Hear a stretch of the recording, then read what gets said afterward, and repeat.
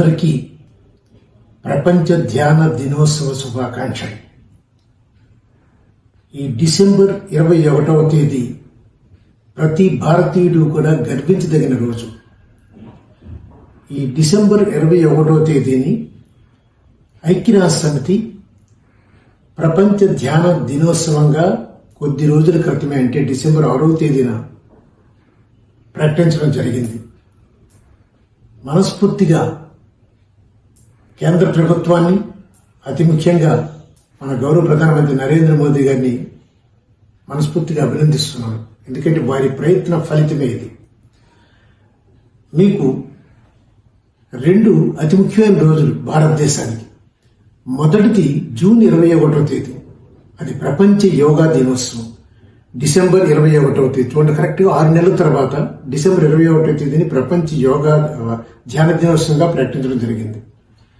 2014 సంవత్సరంలో ప్రపంచం అంతా కూడా యోగాని గుర్తించేటట్టు చేశారు కేంద్ర ప్రభుత్వం, నరేంద్ర మోదీ గారు.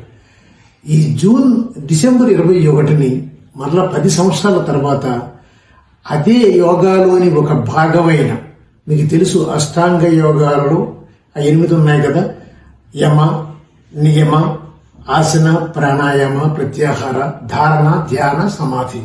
ఆ 7వదైన, ఆ 7th స్టెప్ అయిన ఈ ధ్యానాన్ని ప్రపంచం అంతా మళ్ళా గుర్తించేటట్టు చేసే కేంద్ర ప్రభుత్వం చేసింది. సో అందుకని ఈ డిసెంబర్ 21వ తేదీని ప్రపంచ ధ్యాన దినోత్సవంగా ప్రకటించారు. ఈ రెండు కూడా విచిత్రం ఏంటంటే, వాతావరణ పరంగా చూసుకునే రెండు ఎంత ముఖ్యమైన రోజులంటే అందరూ జ్ఞాపకుంచుకునే రోజులు. జూన్ 21 మీ అందరికీ తెలుసు, అది ఆ సమ్మర్ సాలిస్టిస్ డే.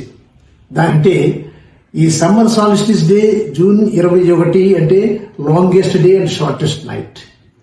అదేవిధంగా డిసెంబర్ 21వ తేదీ వరల్డ్, అదేంటంటే సమ్మర్ వింటర్ ఆల్ సాలిస్టిస్ డే, అంటే shortest day and longest night.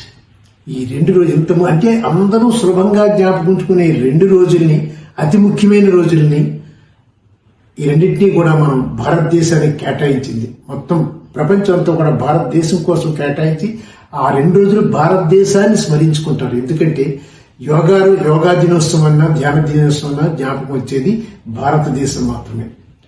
అయితే ఇప్పుడు ధ్యానం ఎందుకు ముఖ్యమంటే, మీ అందరికీ తెలుసు, ఈరోజు మనస్సు ఎంత విచిత్రంగా ఉంటుందో. ఎందుకంటే అతి చంచలమైనది మనస్సు అనేది. ఎందుకంటే ప్రాపంచిక విషయాలన్నీ కూడా ఇంద్రియాల ద్వారానే ఈ మనస్సును ప్రభావితం చేస్తుంటే మనస్సు అతలాకుతలంగా తయారవుతుంటుంది. ఎందుకంటే సహజం అది, విపరీతమైన ఆలోచనతో మనస్సు ఎప్పుడూ కూడా అలా ఊగుతూనే ఉంటుంది. అందుకని వృత్తి ప్రవాహ ఇది చిత్త అన్నారు. అంటే ఏదైతే ప్రవాహం అనే లక్షణం కలిగి ఉంటుందో దాన్నే మనసు అన్నారు. అంచేత మనస్సు అంటే అలాగే ఉంటుంది.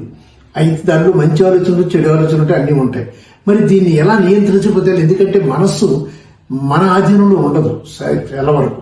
కానీ మనస్సును కూడా నియంత్రించగలిగే శక్తిని బోధించేదే భారతీయ గ్రంథాలు, ఈ ధ్యానము, యోగా. ఇవి ఎందుకంటే అటువంటి చంచలమైన మనస్సును కూడా నియంత్రించగలిగేది. మరి దానికి ఏంటి కావాలంటే, ఇప్పుడు మీకు అందుకే మహానుభావుడు అంటాడు, మనోజయ యావ మహాజయ అంటాడు. అంటే నువ్వు మనస్సునే జయిస్తే ప్రపంచాన్ని జయించినట్టే అంటారు. నిజమే, కానీ ఆ మనస్సును జయించడం సులభమైన విషయం కాదు. దానికోసమే ఈ అష్టాంగ యోగాలు, అందులో ముఖ్యంగా ధ్యానం. మీకు తెలుసు, అష్టాంగ యోగాలు 8 కూడా ఆ మొదటి 5 ఉన్నాయే, యమ, నియమ, ఆసన, ప్రాణాయామ, ప్రత్యాహార. ఈ 5 కూడా బాహ్యశుద్ధి కోసం ముందుగా, ఎందుకంటే ప్రిపేర్ చేయడం అనమాట మనిషిని. ఎందుకంటే ఆ సమాధి స్టేజీ చేరాలంటే ముందుగా బాహ్యశుద్ధి అవసరం. ఈ 5 ద్వారా బాహ్యశుద్ధి సాధించిన తర్వాత అప్పుడు మాత్రమే ధారణ, తర్వాత ధ్యానం, తర్వాత సమాధి. అప్పుడు ఈ 3 ఏంటంటే, మీరు చివరి 3 ఏంటంటే, ఈ 3 కూడా మనస్సు అంటే చిత్తశుద్ధి కోసం. అది బాహ్యశుద్ధి అయితే అది బాహ్యశుద్ధి అయితే అంతఃశుద్ధి కోసం, చిత్తశుద్ధి కోసం. అందులో ముఖ్యమైనది ఏంటంటే ధ్యానం. అయితే ధ్యానాన్ని మీకేంటంటే ఏకాగ్రత అనమాట కావాలి. ధ్యానం చేయాలంటే ఏకాగ్రత కావాలి. ఒక్కసారి నువ్వు కళ్ళు మూసుకొని కూర్చున్నావు అంటే నీకు ఇంకో ఆలోచన నీకు రాకూడదు. అన్నింటినీ కూడా నియంత్రించాలి. ఆలోచన రాకుండా ఉంటే సరిపోదు. మొదటి స్టేజ్ ఏం చేస్తామంటే, ఏదో ఒక రూపాన్ని మనం తలుచుకుంటాం. అది దేవుడిది కావచ్చు, తల్లిది కావచ్చు, తండ్రిది కావచ్చు, నువ్వు ఎవరైతే ఆరాధిస్తామో వారి రూపాన్ని తలుచుకుంటూ ధ్యానం చేయడం. అది మొదటి స్టేజ్. అయితే నువ్వు అలాగే గ్రాడ్యువల్ గా నిష్ణాతుడు అయిపోయిన తర్వాత అప్పుడు నీకేమవుతుంటే ఏ రూపం కూడా అవసరం లేదు, లేకుండా కూడా చేయొచ్చు నిరాధారంగా.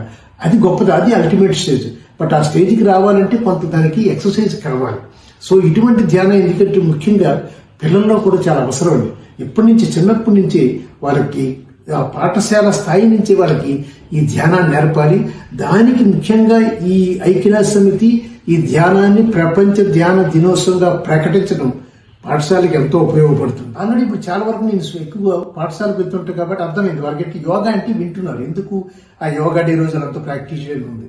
ఇప్పుడు ధ్యానం మీద కూడా ఫోకస్ పెడతారు, ఎందుకంటే ఇప్పుడు ఐక్యరాజ్య సమితి ప్రకటించింది కాబట్టి. మీకు ఎందుకంటే ముందు చింతన అవసరమే అని మనం చెప్తుంటాం. ఆధ్యాత్మిక చింతన ఉండాలి, ఆధ్యాత్మిక చింతన ఉండాలి అని. ఆ చింతన అనేది ఏంటంటే ఆలోచన. చింతన ఉండడం మంచిదే, కానీ చింతలేని చింతన ఉండాలి. ఈ సమస్య ఎక్కడ వస్తుందంటే చింత అంటే మీకు తెలుసు కదా ఏంటంటే ఆ శోకం. అది ఎప్పుడైతే వచ్చింది ఏంటంటే ఆ చింతన సరిగా ఉండదు. అందుకని చింతన లేని చింతన కావాలి అంటే ఈ ధ్యాన ప్రక్రియ చాలా ఉపయోగపడుతుంది. ఈ ధ్యానాన్ని ప్రాక్టీస్ చేయించాలి.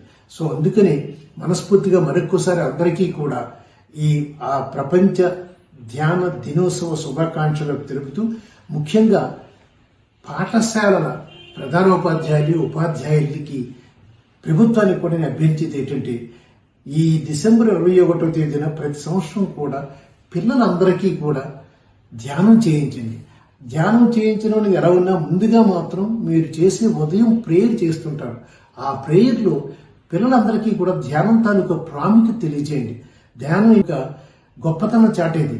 భారతదేశం ఎంతగా ప్రపంచం కోసం పరితపిస్తుందో తెలియజేసేది మీకు. అందుకని భారతదేశం గొప్పతనం ఎప్పుడు తన దేశం గురించి ఆలోచించదు, ప్రపంచం గురించి ఆలోచించింది. అందుకని మన కాన్సెప్ట్ ఏంటంటే వసుదైక కుటుంబం. ఆ వసుదైక కుటుంబం ఉంది కాబట్టి అంటే ప్రపంచం అంతా కూడా చక్కగా ఉండాలి, ఆరోగ్యవంతంగా ఉండాలి, మంచి పౌరులుగా ప్రపంచంలో ఉన్న వాళ్ళంతా ఎదగాలనే ఉద్దేశంతోనే ఈ రోజు ఈ ధ్యానాన్ని యోగాని ప్రపంచానికి పరిచయం చేయడం జరిగింది. సో అది భారతదేశం గొప్పతనం.